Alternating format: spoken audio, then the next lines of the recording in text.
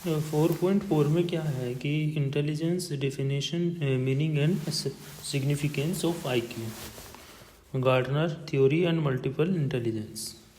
देखो, गार्डनर ने बहुबुद्धि का जो सिद्धांत दिया है, मल्टीपल इंटेलिजेंसी का जो सिद्धांत दिया है वो गार्डनर ने ही दिया है। गार्डनर एक अच्छे साइकोलॉजिस्ट रहे और आईक्यू पर लेवल पर काम किया उन्होंने मीनिंग के बारे में और उसके सिग्निफिकेंस के बारे में उन्होंने दिया है, और उसका एक सिद्धांत रहा है, एक प्रिंसिपल रहा है। क्योंकि जो इंटेलिजेंस है वो लैटिन भाषा का शब्द है, लैटिन लैंग्वेज वर्ड है, जो इंटेलिगेरो से मिलकर के बना है, जिसका अर्थ क्या होता है, किसी चीज़ को समझना ही नहीं, अंडरस्टैंडिंग करना और एक्सपीरियंस करना, है ना। भाई हमने कोई चीज़ सीखी है, समझी है, तो उसको क्या करना, समझ करके उसको अप्लाई करना, किस बेस पर, अपने अनुभव के बेस पर, एक्सपीरियंस के बेस पर। दूसरा एक इसमें जो पॉइंट दिया गया कि समस्याओं को हल करना है, जो भी प्रॉब्लम है उसको सोल्व कर लेना। और दूसरा इसमें एक चीज़ और आ जाएगी कि डेली लाइफ में है ना, जो चीज़ें हो रही हैं उसको कंट्रोल करने का जो काम करता है वो हमारी इंटेलिजेंस ही करती है। उस पर काम करने का जो भी इसका मेन फैक्टर है, एक तो एक्सपीरियंस है, प्लस एक एडेप्टेशन है, और तीसरा इसमें लर्निंग है। देखो, लर्निंग बेसिक होना चाहिए, सीधी सी बात है। अगर कोई सीख रहा है ना, तो सीखते सीखते क्या करना शुरू कर देता है, उसको एक्सपीरियंस हो जाता है। अब भाई हमें कोई एक्सपीरियंस नहीं होगा ना, तो क्या करेंगे बताओ। भाई हम डेली पढ़ रहे हैं, डेली की चीज़ को समझ रहे हैं, और वो हमारे फिर भी एक्सपीरियंस में नहीं आ रही, हम उसको फिर भी आगे जाकर उसको नहीं कर पा रहे, तो क्या हो सकता है।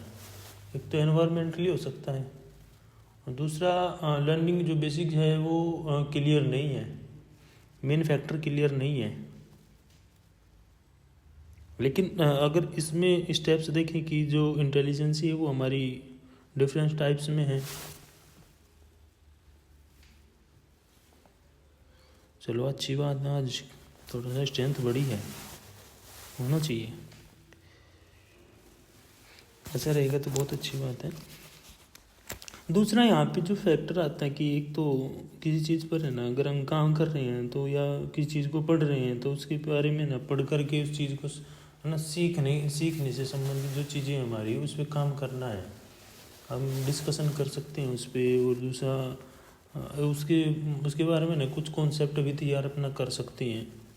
लेकिन सबसे पहले क्या करना पड़ेगा, सबसे पहले हमें सीखना पड़ेगा, उसको समझना पड़ेगा, फिर हम उस पर काम करना शुरू कर सकते हैं।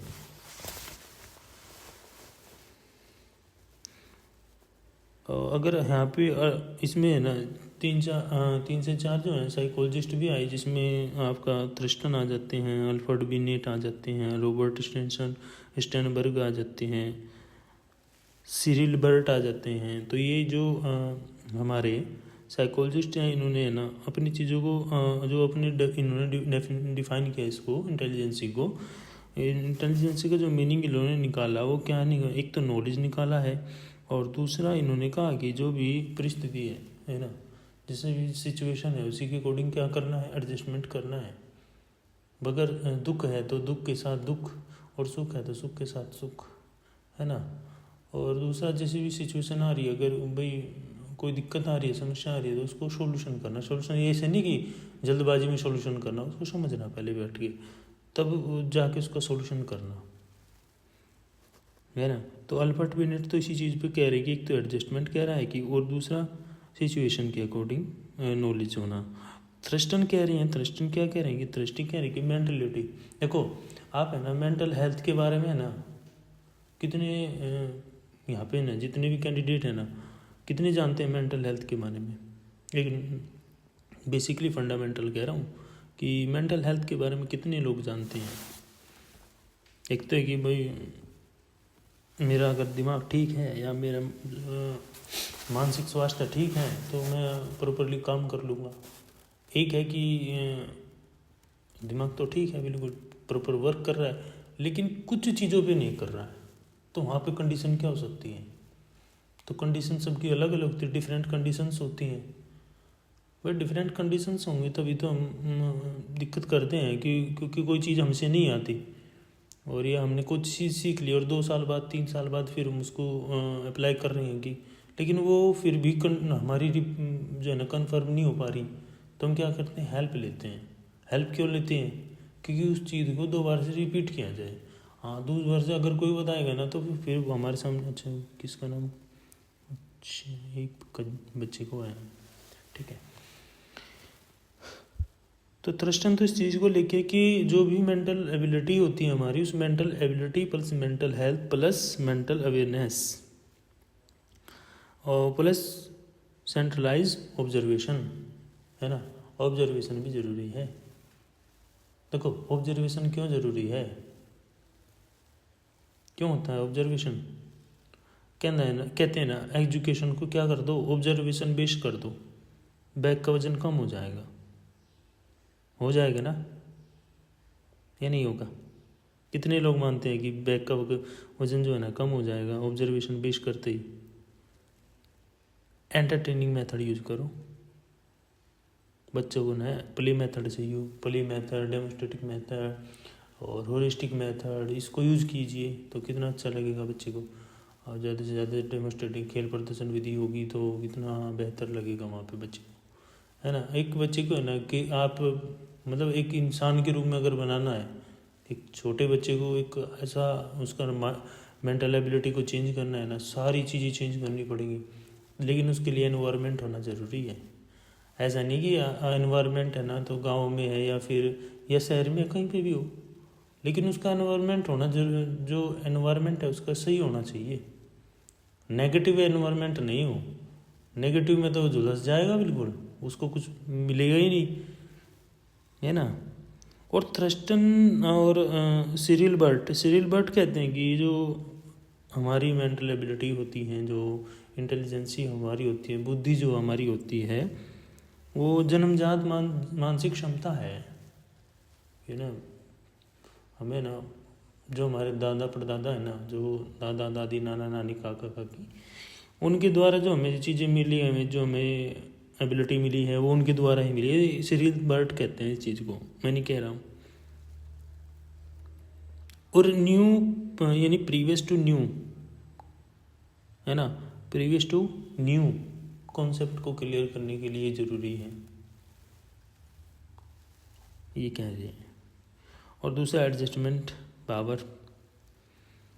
अब बुद्धि की योग्यताएं क्या हैं, बुद्धि को कैसे जानेंगे भाई? हमें जानना है किसी के बारे में कि कौन कितना जानता है, कितना समझता है, किसी चीज़ के बारे में कितना जानता है। अब आपके सब्जेक्ट ही हैं, 5-6 सब्जेक्ट हैं, है ना। अब 6 सब्जेक्ट में कितने बच्चों के नाम याद हैं उसके पर सब्जेक्ट का पता चल जाएगा। अभी कितने स्टूडेंट हैं यहाँ पे कि सब टोटल सब्जेक्ट के नेम बता दें मुझे, बताओ, चलो बताओ कौन बताएगा? टोटल जो 6 सब्जेक्ट हैं उनके नेम बताइए, चलो।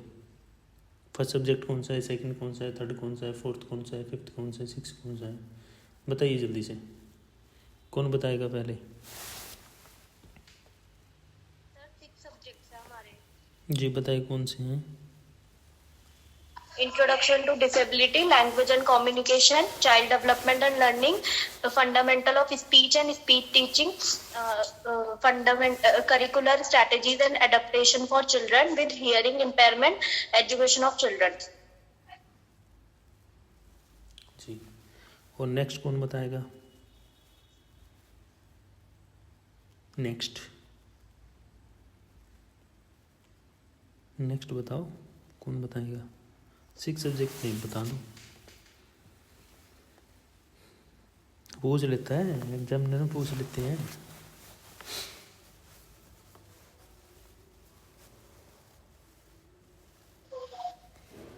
कौन बताएगा? हाँ बताइए अंतिमा। First introduction of disability, second है language and communication, Third है fundamental of hearing deafness and audiological management. और है child development and learning. फिर है fundamental of speech and speech teaching. फिर है curriculum strategies and adaptation for children for hearing impairment. Education of children with hearing and speech disability. मैं एक बार बता दे रहा हूँ सभी को, मैं आज लास्ट टाइम बता रहा हूँ आपको सब्जेक्ट नेम और सीक्वेंस में बता रहा हूँ। एक चीज़ ध्यान रखिएगा, सीक्वेंस में बता रहा हूँ, जो सा सब्जेक्ट पहले आएगा, फर्स्ट कौन सा है, सेकंड कौन सा है, कौन सी किस सब्जेक्ट का फर्स्ट पेपर होगा, तो सीक्वेंस में जो पेपर है हमारे वो देखना है हमें। फर्स्ट है हमारा इंट्रोडक्शन टू डिसेबिलिटी है, सेकंड हमारा फंडामेंटल ऑफ क्या है बताओ, fundamental of hearing and impairment. Hearing Hearing impairment and audiological management. Fundamental of hearing impairment और ऑडियोलॉजिकल मैनेजमेंट। थर्ड है हमारा लैंग्वेज एंड कम्युनिकेशन। फोर्थ है हमारा child development and learning. Fifth है हमारा fundamental of speech and speech teaching.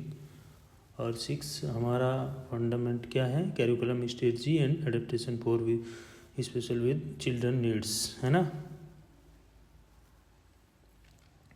6 हैं, simple है, sequence wise paper होने हैं, तो इसको भी ध्यान रखें। और कोर्स कोड क्या है आपका,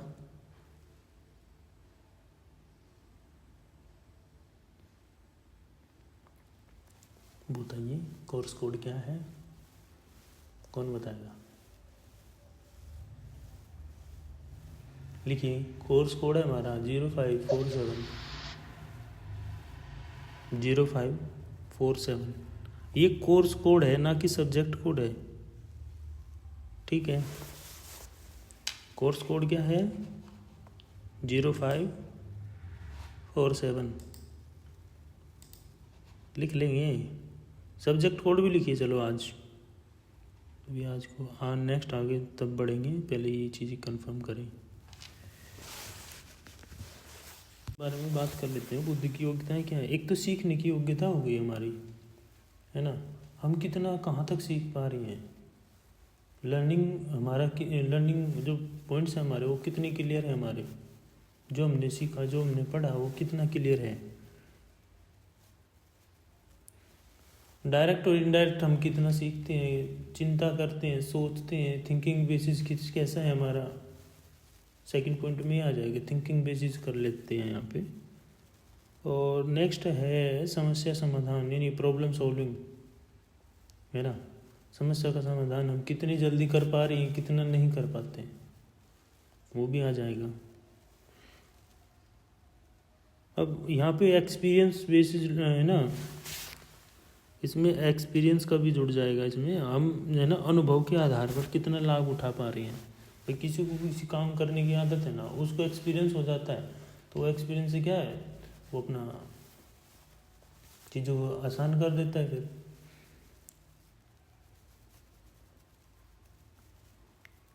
और दूसरी इसमें है ना रिलेशन, है ना, रिलेशन को अंडरस्टैंडिंग करना, जो संबंध हैं, जो रिलेटिव्स हैं उनके बारे में समझना, उनको समझाना, बताना, कितना आप कर पा रही हो।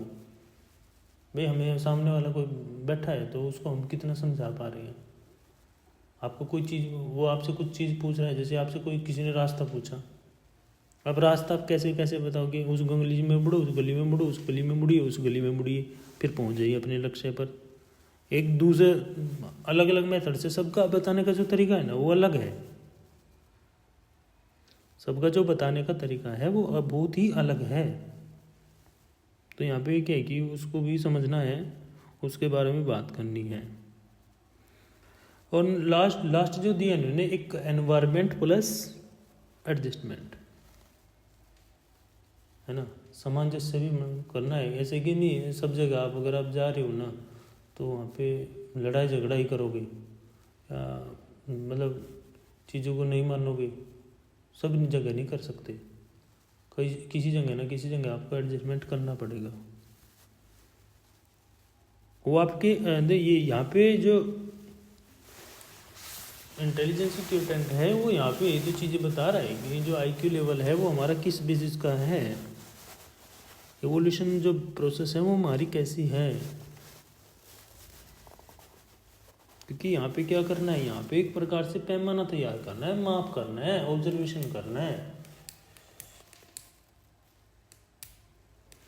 ना। कोई भी जैसे किसी हम स्कूल में या किसी कंपनी में ना इंटरव्यू देने पहुंचते हैं तो हमारा जो इंटरव्यू देने का तरीका है, बात करने का जो तरीका है, बिहेवियर जैसा है, वो क्या है हमारा इंटेलिजेंस क्वोटिएंट में ही तो आएगा।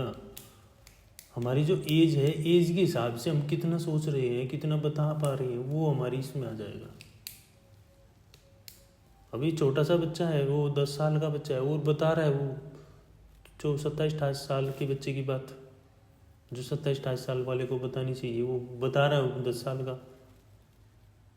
तो क्या है वो,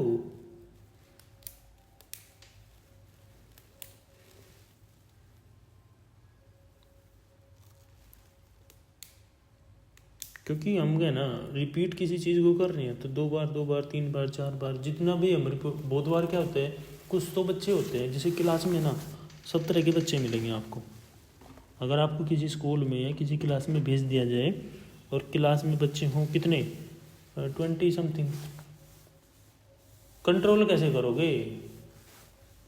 पीठ ये थोड़ी है कि आप उनको चाटी चाटी बजाओगे, नहीं, आप उनको किस बेसिस पे काम करोगे अपना, जो आपका आईक्यू लेवल है वहाँ पे क्या आपके पास एक्सपीरियंस भी है, आपके पास सारी चीज़ें हैं, आपको कैसे हैंडल करना है बच्चे को, पीटना नहीं है बस, अब पीटने के बजाय आपको हैंडल करना है बच्चे को। हैंडल करना किससे, आप क्वेश्चनिंग मेथड यूज कर सकते हो, क्वेश्चन कीजिए किससे, previous question and current question, बहुत सारे मेथड है कि आप यूज कर सकते हो क्लासरूम के अंदर। और एक है कि जो फ्रेशर है जिसको पता ही नहीं तो वो तो है ना टिकेगा ही नहीं क्लास में, मैं नहीं टिकूंगा बिल्कुल भी। तो वहाँ पे आईक्यू लेवल का पता लगा सकते हो कितना कितना। तो यहाँ पे इन्होंने ना एक बेंचमार्क को स्टेबलाइज किया इन्होंने कि वो बेंचमार्क जो है ना वो एक तो मेंटली एबिलिटी को चेक करने का काम करता है, और दूसरा जो व्यक्ति का जो माइंड है, जो पर्सन का जो माइंड है वो प्रॉपरली कितना वर्क कर रहा है, कैसे काम कर रहा है वो। अब आपने किसी को अटेंडेंस रजिस्टर बनाने के लिए दिया, वो उसमें हॉलीडे भी है, उसमें बच्चा एब्सेंट भी है, वो सारी चीज़ें हैं। अब एक तो है एक्सपीरियंस बेसिस और एक है नॉन एक्सपीरियंस। तो नॉन एक्सपीरियंस वाले को देंगे या एक्सपीरियंस वाले को देंगे? सब सोचेंगे अरे एक्सपीरियंस वाले को दो। अगर नॉन एक्सपीरियंस वाले को दोगे ना तो बिगाड़ देगा, इसको खराब कर देगा। लेकिन वो वहाँ पे बेसिस एक छोटा सा कॉन्सेप्ट निकल के आता है क्या, वहाँ पे अगर भाई नॉन एक्सपीरियंस पर्सन है उसको बताइए ना कैसे कैसे करना है। ये भी तो आईक्यू का फैक्टर है, उसको बताना, समझाना, समझाने का भी तो बात आई, अंडरस्टैंडिंग की भी तो बात हो रही है यहाँ पे। आप कैसे कैसे कवर कर रही हो किसी को।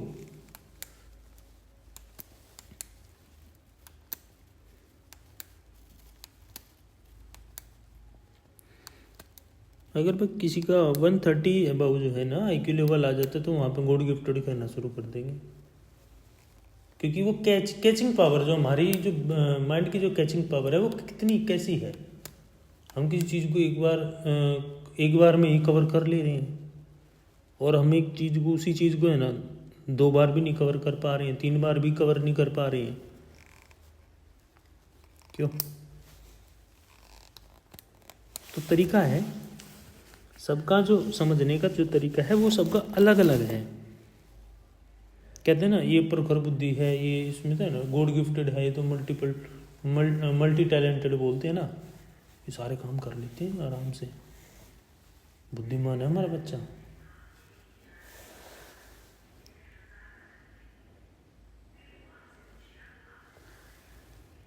तो यहाँ पे जो आईक्यू का जो फैक्टर सीधा से निकल के आता है वो यही है कि जो हमारा जो प्रॉपरली माइंड जो काम कर रहा है, जो उसकी क्षमता है, जो उसकी कैपेसिटी है, उसी के अकॉर्डिंग देखना है कि उसके अकॉर्डिंग हमारी काउंट डाउन शुरू होती है।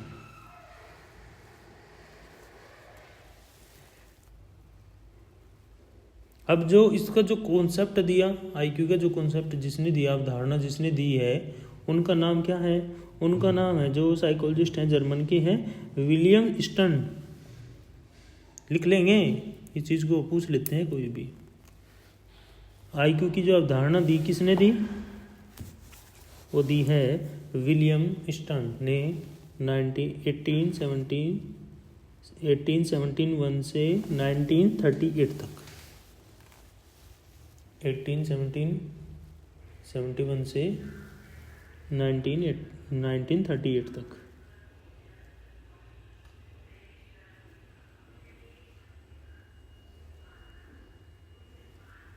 इन्होंने ना मेंटल एबिलिटी के लिए है ना क्या दिया, एक फॉर्मूला भी दिया। क्या दिया? फॉर्मूला। किसके लिए? चेक करने के लिए, मेंटल एबिलिटी को चेक करने के लिए।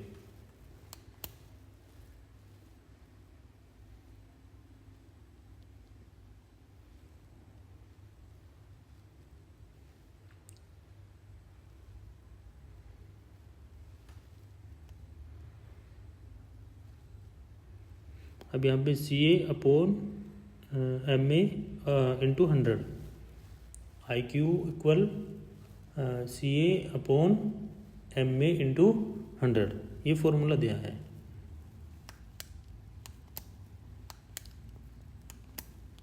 जिसमें क्या आ जाएगी? जिसमें एक तो वास्तविक आयु आ जाएगी और एक मानसिक आयु आ जाएगी। जो रियल एज है वो आ जाएगी और जो उसकी मेंटल एज है वो आ जाएगी। और उसको है ना, उसको इंटू कर लेंगे 100।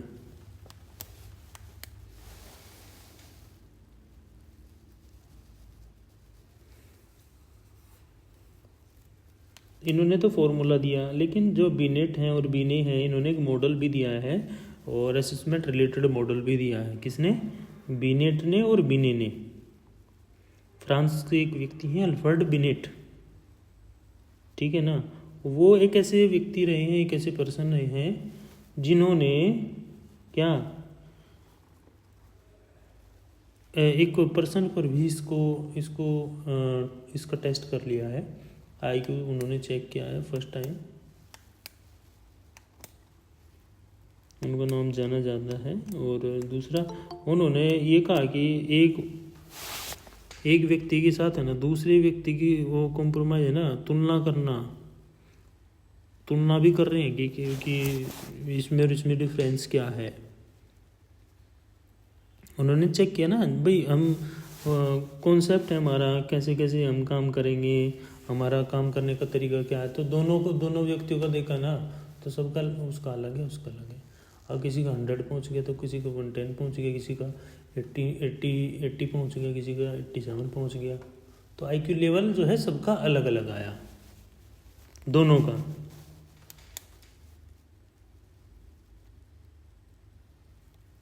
अब डीमेरिट्स जो हैं, वो डीमेरिट्स का भी उन्होंने पता लगा कि बच्चे के अंदर डीमेरिट्स क्या हैं, उस व्यक्ति के अंदर डीमेरिट्स क्या हैं।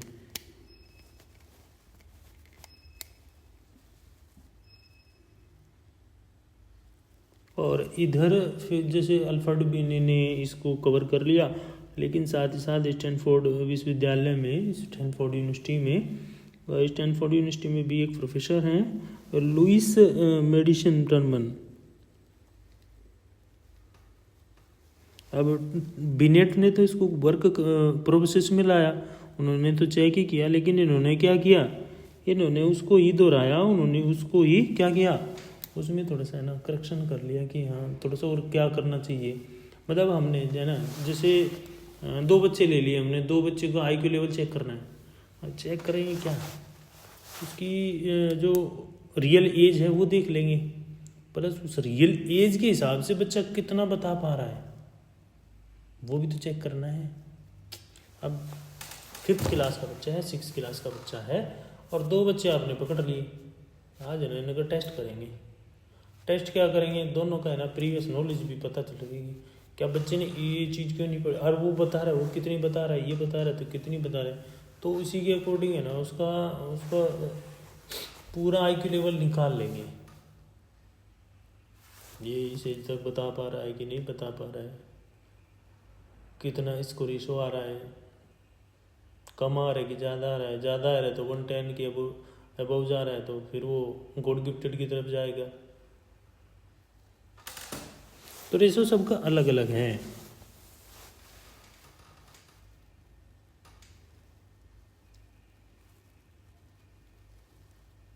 ये रिटन बेसिस भी हो सकता है, टेस्ट जो होता है ये रिटन बेसिस भी हो सकता है और ओरल बेसिस भी हो सकता है, दोनों टाइप्स में हो सकता है।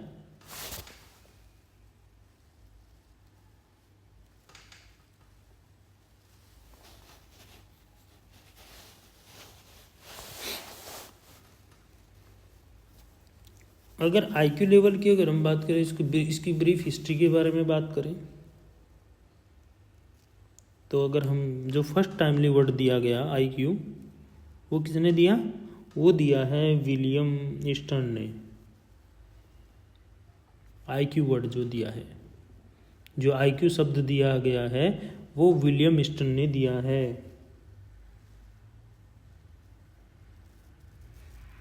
इसको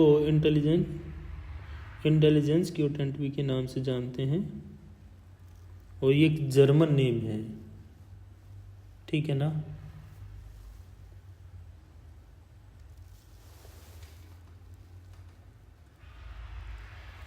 और अल्फ्रेड बिनेट और थियोफाइल साइमन 2 मेंबर रहे हैं, साइकोलॉजिस्ट हैं, दोनों अच्छे हैं। इन्होंने 1905 में इन्होंने क्या किया, सबसे जो फर्स्ट टाइमली इंटेलिजेंस टेस्ट है वो किया।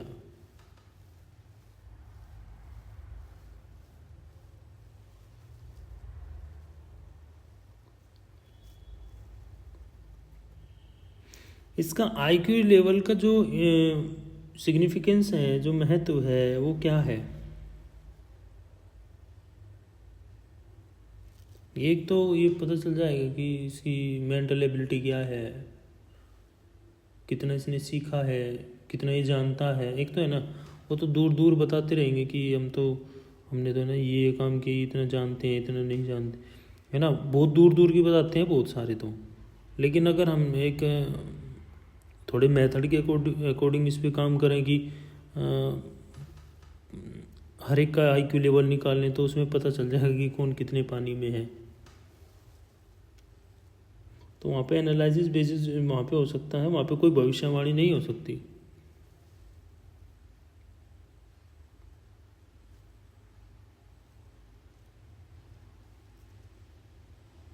बस ये है कि उसकी जो मेमोरी है उसको चेक करना है, बस मेमोरी को चेक कर लीजिए, सारी चीज़ें क्लियर हैं।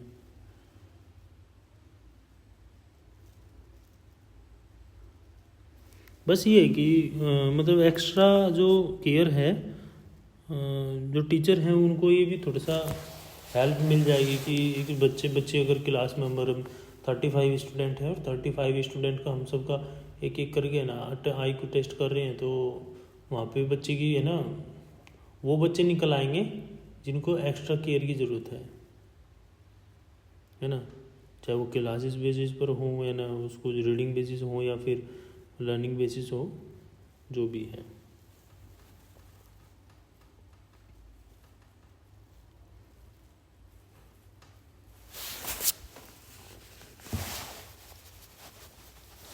नेक्स्ट है हमारा, जो भी एम्प्लॉय हैं, जो भी कंपनीज हैं, एजेंसीज हैं, वो भी इस टेस्ट पे काम करती हैं, लेकिन खर्चा भी आता है। अब यहाँ पे जो गार्डनर है, गार्डनर के जो मल्टीपल इंटेलिजेंसी है उसकी थ्योरी के बारे में बात करेंगे, उसके क्या दिए उन्होंने।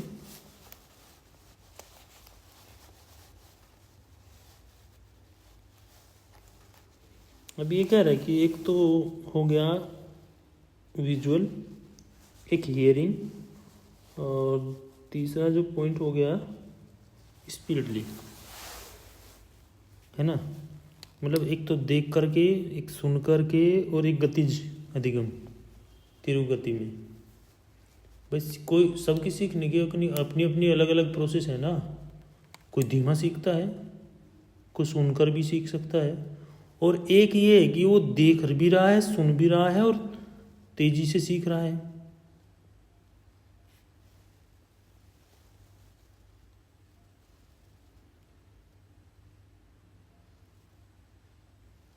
तो हार्वर्ड यूनिवर्सिटी में, हार्वर्ड स्कूल ऑफ एजुकेशन में हार्वर्ड गार्डनर ने पीएचडी जॉन एच और Elizabeth A hopes research professor of cognition and education द्वारा एक मल्टीपल इंटेलिजेंस थ्योरी को दिया। कहाँ पे दिया? हार्वर्ड यूनिवर्सिटी में।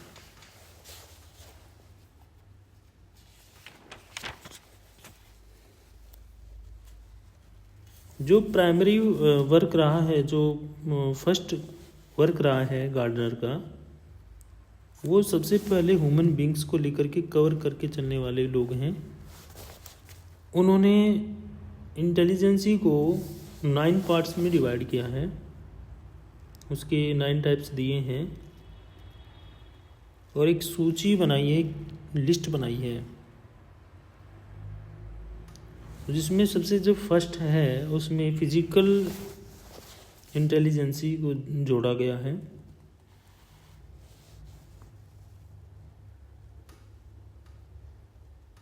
अब इन्होंने ये कहते हैं कि अगर कोई एथलीट है या फिर कोई सर्जन है या कोई ऐसा है कि वो जैसे शिल्पकार हो गए ना, आर्किटेक्ट हो गया, जो आर्किटेक्ट होते हैं ना, वो इस पे काम बहुत स्टेबिलिटी करते हैं, क्योंकि उनके ना शारीरिक चीज़ें ज़्यादा इन्वॉल्व होंगी, फिजिकली वो ज़्यादा काम करेंगे इस पे। वो एक तो एथलीट हो जाते हैं, एक सर्जन होंगे, एक शिल्पकार हो गए, जो भी है ना हाथ से कुछ काम कर रहे हैं, फिजिकली जो काम कर रहे हैं ज़्यादा से ज़्यादा, वो इस इंटेलिजेंसी में काम करते हैं। मतलब उसको एक तो उसका मन और दूसरा उसका शरीर, दोनों चीज़ें इन्वॉल्व होंगी।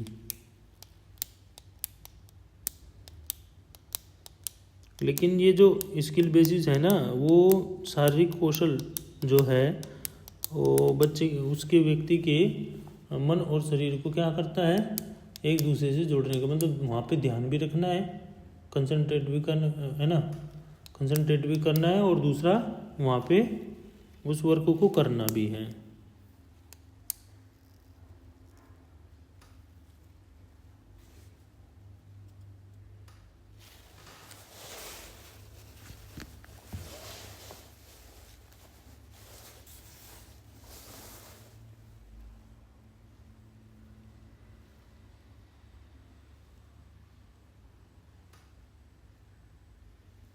अब नेक्स्ट जो है ना, ओरल लैंग्वेज इंटेलिजेंसी है, जो मौखिक भाषाई बुद्धि। अब मौखिक भाषाई बुद्धि क्या है? वहाँ पे लैंग्वेज और वर्ड को यूज किया जा सकता है। आप है ना किसी से आप नाम पूछेंगे या पता पूछेंगे या किसी कोई जानकारी लेंगे, अगर वो ओरली बता रहा है तो उसके जो वर्ड्स हैं, वर्ड्स का वो वर्ड्स कैसे यूज कर रहा है, वो लैंग्वेज को कैसे यूज कर रहा है, प्लस उसका जो कम्युनिकेशन है वो कैसा है, वहाँ पे भी उसको समझना है।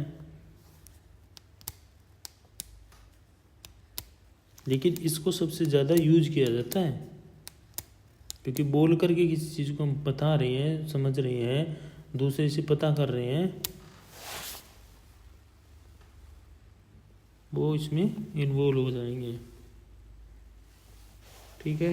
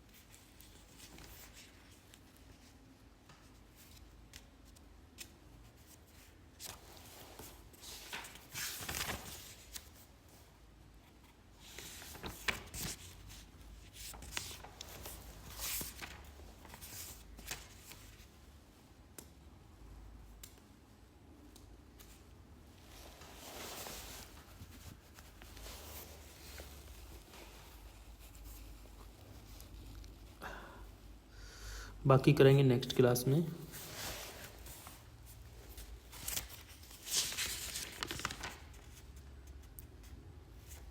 और तब तक आपको है ना एक काम करना है,